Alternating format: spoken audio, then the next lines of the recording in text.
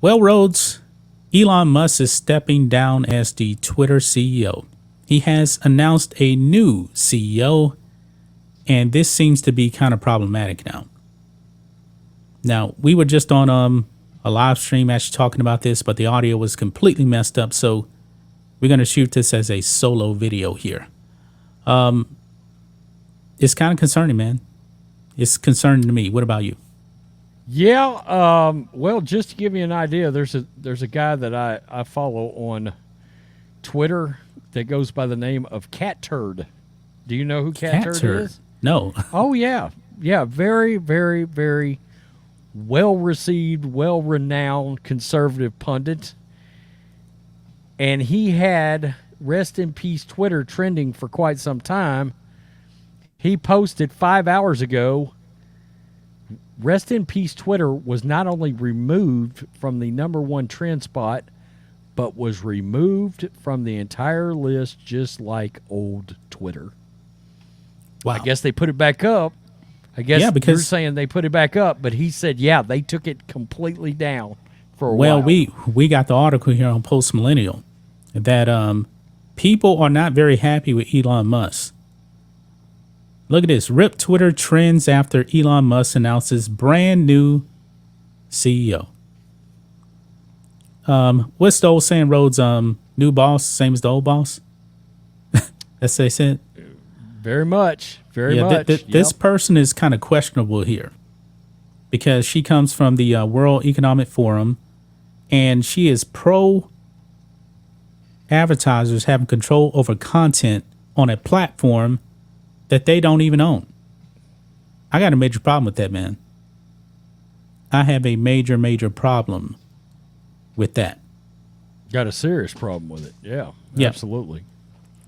It says here, following the announcement that Linda Yaccarino will be taking over as Twitter CEO, Rip Twitter trended on the social media platform, noting previous comments she made.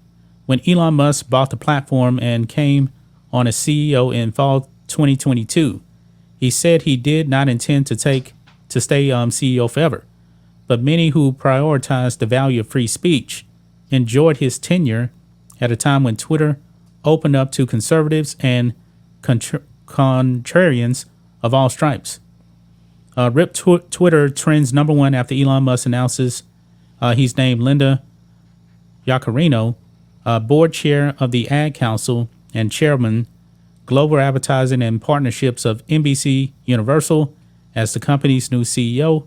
Fair or unfair? Asked Charlie Kirk. And it was #1 trending, man. #1 trending. He has come out and said, and this was as of 3 hours ago, as soon as she is ready, they are going to do a Spaces with her so people can ask her questions. Oh, boy. About what she is going to do with her new position. Because I know a lot of us are very concerned that tweet announcing her has 38.5 million views on it so far. 38. Look at this. Look at this. It says she's a social justice warrior. What does this say right here? This is what Elon said 3 hours ago as well.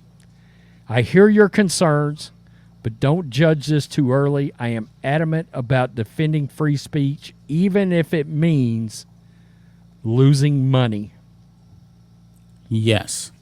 He did tweet that out. But look here. Let's see what she actually has to say right here.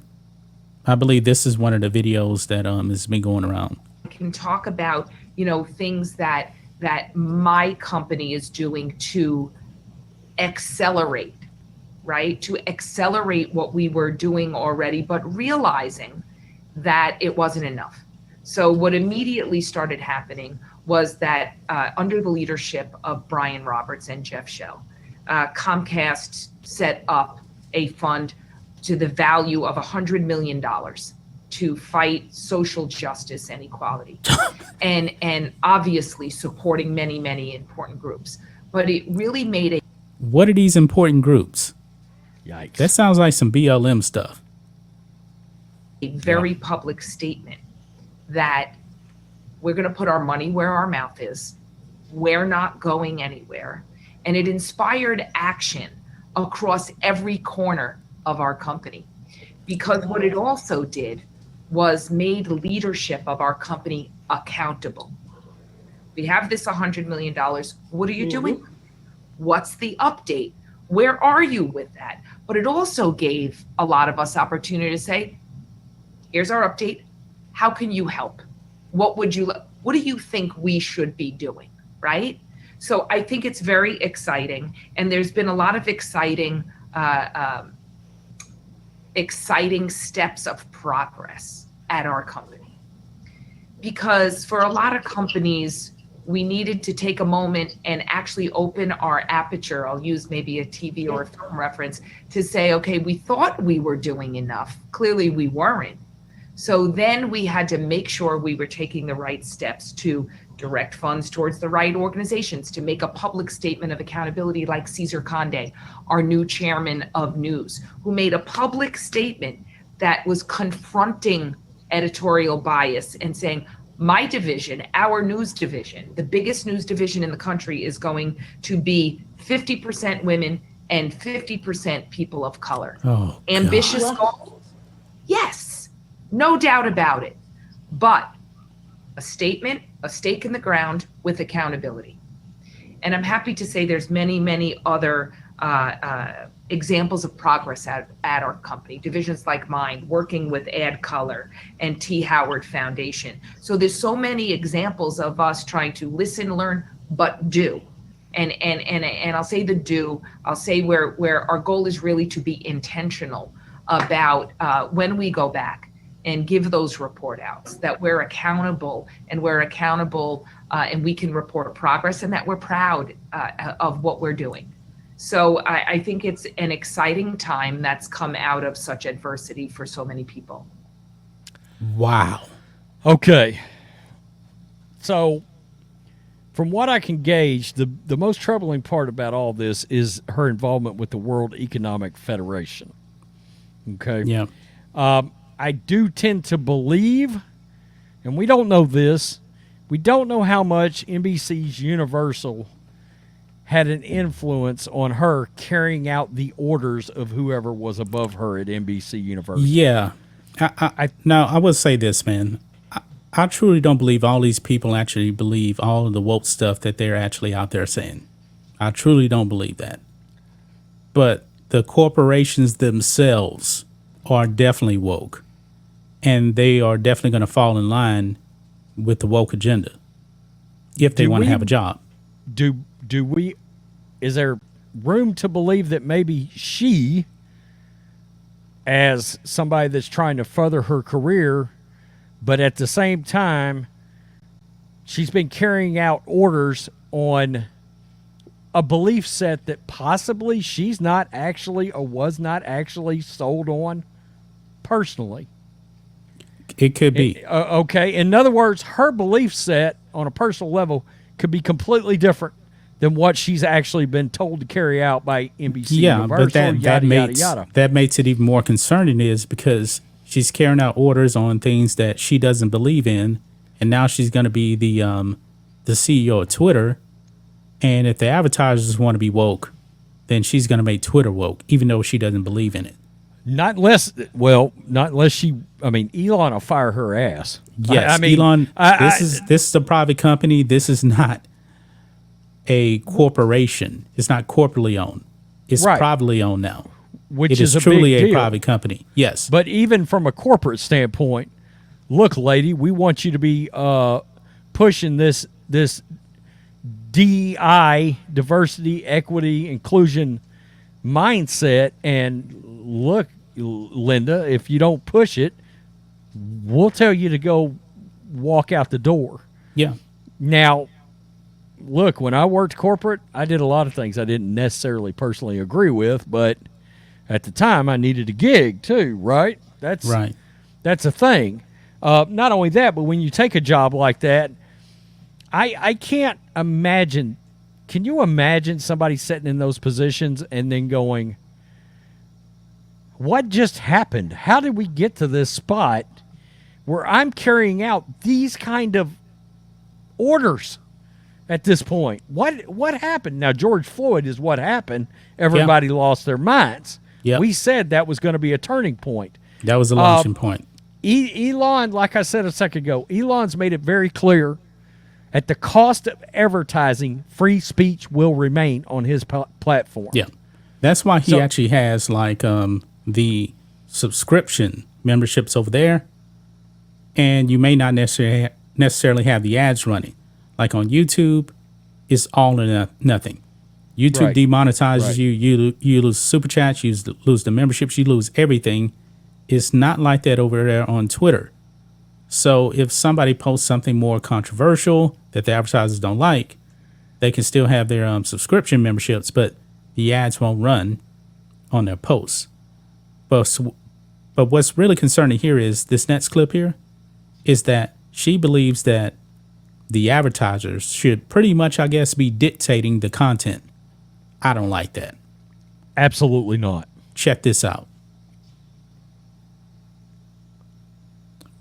Yeah. That is Let a me go back. I spectrum. forgot the So sound. you've got a massive platform. You have a vision Yeah. that is a spectrum of just daily open sourced conversation. And they can conduct their lives, their business, their commerce, whatever they can do on your platform. That's a pretty big vision. But in the middle should be advertising opportunity. That sounds like a great opportunity. I can talk about my brand, I can get my customers to communicate, and then they could also buy stuff. It sounds Yes. pretty good, right? You will be able to buy things just directly on Twitter. One click, boom, done. But they need to feel that there is an opportunity for them to influence what you're building, that vision. What we're doing here, whether it's me trying to push and prod you on your tweets. For example, you've said you probably shouldn't tweet after 3 a.m. Well, I've got myself Probably good into, advice for all of us. I've gotten myself into trouble a few times. I'm very aware of those. So after 3 a.m., you travel all over the world. Lord knows how you handle time zones in space. Will you commit to be a little more specific and not tweet after 3 a.m.? People in this room would like to see that. It'll make them feel more confident. I will aspire to tweet less after 3 a.m. But I mean, it is important that, I mean, if I were to say, yes, you can influence me, that would be wrong. That would be very wrong. Because that would be a diminishment of freedom of speech. But I want to be specific about influencing. It's a good answer by More him. of an open feedback loop for the advertising experts in this room to help develop Twitter into a place where they will be excited about investing more money, product development, ad safety, content moderation. That's what the influence is. Yeah, I think it's totally cool to say that you want to have your advertising appear in certain places in Twitter and not in other places. But it is not cool to try to say what Twitter will do. And if that means losing advertising dollars, we lose it. But freedom of speech is paramount. Bingo. That's another good answer. That's a great answer. By the way, So- there's clapping from a room of advertisers. Yes. She said these advertisers want to know, and he did clap. So there are some kind of advertisers there. What he is saying, and I think this is important, advertisers can choose where their ads are going to be shown. Okay? So Right. in other words, Elon's been very open about everybody is welcome to have a platform here. Yes. Okay? But the In other leftists words, don't like that. yeah, Tucker's going to have a platform. We don't know if Don Lemon's going to have a platform. He or not. offered Don Lemon the platform. Right. And now, honestly, as somebody that's an advocate for free speech, I can't stand Don Lemon, but I don't want a guy to be deplatformed either. He's got just as much a right to a platform as I do. Exactly. All right? That's what this country used to be built on, right? Right. Now, advertisers may choose to advertise Bud Light and Levi Strauss on Don Lemon's show and not Tucker Carlson's. Now, I sort of understand that because, let's be real, people watching Don Lemon are not going to be spending the same advertisers' dollars on items that would normally be advertised on Tucker Carlson's show. Right. Okay? In other words, that is about knowing your audience and your demographic. Whereas, obviously, we're not worried about consuming Don Lemon, so if they want to advertise Levi Strauss and Bud Light, that's their business. You know what I'm saying? I mean, Yeah. he's saying, hey, we're not going to keep advertisers away. They can choose where they want to put their advertising. Now, that does lead to another issue. Are you going to be able to get advertising for conservative content creators? Because obviously, and we've seen this, Rumble's got an issue doing that. Yeah. Is Twitter going to have the same issue? Now, I think it's important to recognize the reach on Twitter is so much larger than it is on Rumble. No doubt about it. It's much bigger. And I think that is going to jar some advertisers into saying, you know what? I'm not really super comfortable with Rumble, but let's face it, this live stream that I'm going to advertise on Rumble is getting 100,000 views.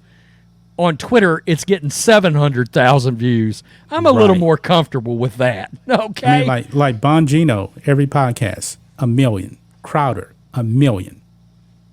You mean to tell me these companies don't want to put ads on 1 million people? Well, although we did just find out that all of a sudden these advertisers are floating back to Fox News because they got rid of Tucker. Yeah, it's like 40 of them. Yeah. So Insane. Fox may actually be Insane. making more money, but they're losing the viewership, and that's not good for the long term. Yeah, right. Let's go ahead and finish this here. Okay. Twitter 1.0 had a very well-populated, much-loved influence council. I think we need to change the name. Elon does not want to be influenced. But it was really a recurring feedback loop from your key stakeholders, your advertisers, where they had recurring access or would have recurring access to you. Would you commit from this stage today to reinstate that council to be named later? Well, I don't think it should be influence council. And you have to, I would be wary of that creating a backlash among the public, because if the public thinks that their views are being determined by a small number of CMOs in America, they will be I think, upset about that. But feedback, I think, is appropriate. And at the end of the day, if somebody's spending money for their ad campaign, it needs to yield results for their organization, or it doesn't make sense. Yeah. So there you have it. Right there. Yeah. Yeah, absolutely. Billboard Chris, by the way, he hammered Elon over this. And he laid out a list of issues he's got with her. Elon did answer him, by the way. This is where he said, I hear your concerns, but don't judge this too early. I am adamant about defending free speech, even if it means losing money. Now, Billboard Chris acknowledged he believes Elon in that. Yeah. I tend to believe him as well. But I think this is the thing that's got so many people worried. Why even give this woman an interview? I don't know. Because it's backfiring right now. People are calling, hey, Twitter's dead now again. It ain't working out good for Elon right now. World Economic Federation is the 3-letter situation that keeps trending. Why and are all everybody these keeps 3-letter bringing up. organizations keeps coming up? I mean, the World Economic Forum, oh my God. Why would you interview her based on her involvement in that alone, it's like, wasn't that enough to just, unless he is looking for somebody to challenge him, or unless he believes he's missing something. And what I mean by that is, I want somebody in that role that is not afraid to say, hey, this is what you're going to do. Now, it's my company, and I get to go back to you and say, I'm not doing that. And in turn, so I don't, honestly, it wouldn't shock me with Elon Musk either if he wants somebody to mentally spar with on a regular basis. Right. I mean, you know, he's really kind of eccentric in that way. This, from a public optics standpoint, at least from where I sit, looks terrible, however. It looks this bad. looks really bad. This looks really bad for Elon. I mean, Yeah, it does. it does. I mean, we'll have to see what actually happens. Hopefully, Elon has laid down some ground rules for that. Hey, this is still a free speech platform, and I do mean free speech. Don't go out there and censor people for their political opinions and say, oh, it's dangerous. Don't do that. So maybe he's laid down the ground rules, but right now it's going to be a wait and see, man, with Twitter right now, because this woman seems to be pro censorship and a social justice warrior. Well, there's a lot of things that she aligns with that I absolutely cannot get down with whatsoever. Yeah, yeah. Well, I think that's going to wrap up this video here, guys, concerning, man, people are saying that Twitter is dying now. They don't like this. Elon's getting bashed. Let us know what you guys think about this in the comments, man. Anything else to add to this, Rhodes? Negative, I don't. If I had to put a gut feeling on this, he will fire her ass at some point, I believe, very soon, frankly. Yeah, yeah. I just feel like, I just don't think he's going, I don't believe that she is going to be on board with his principles, and ultimately that will be her demise. Okay. We will have to see, guys. So I that being hope. said, peace. We're out. Till next time.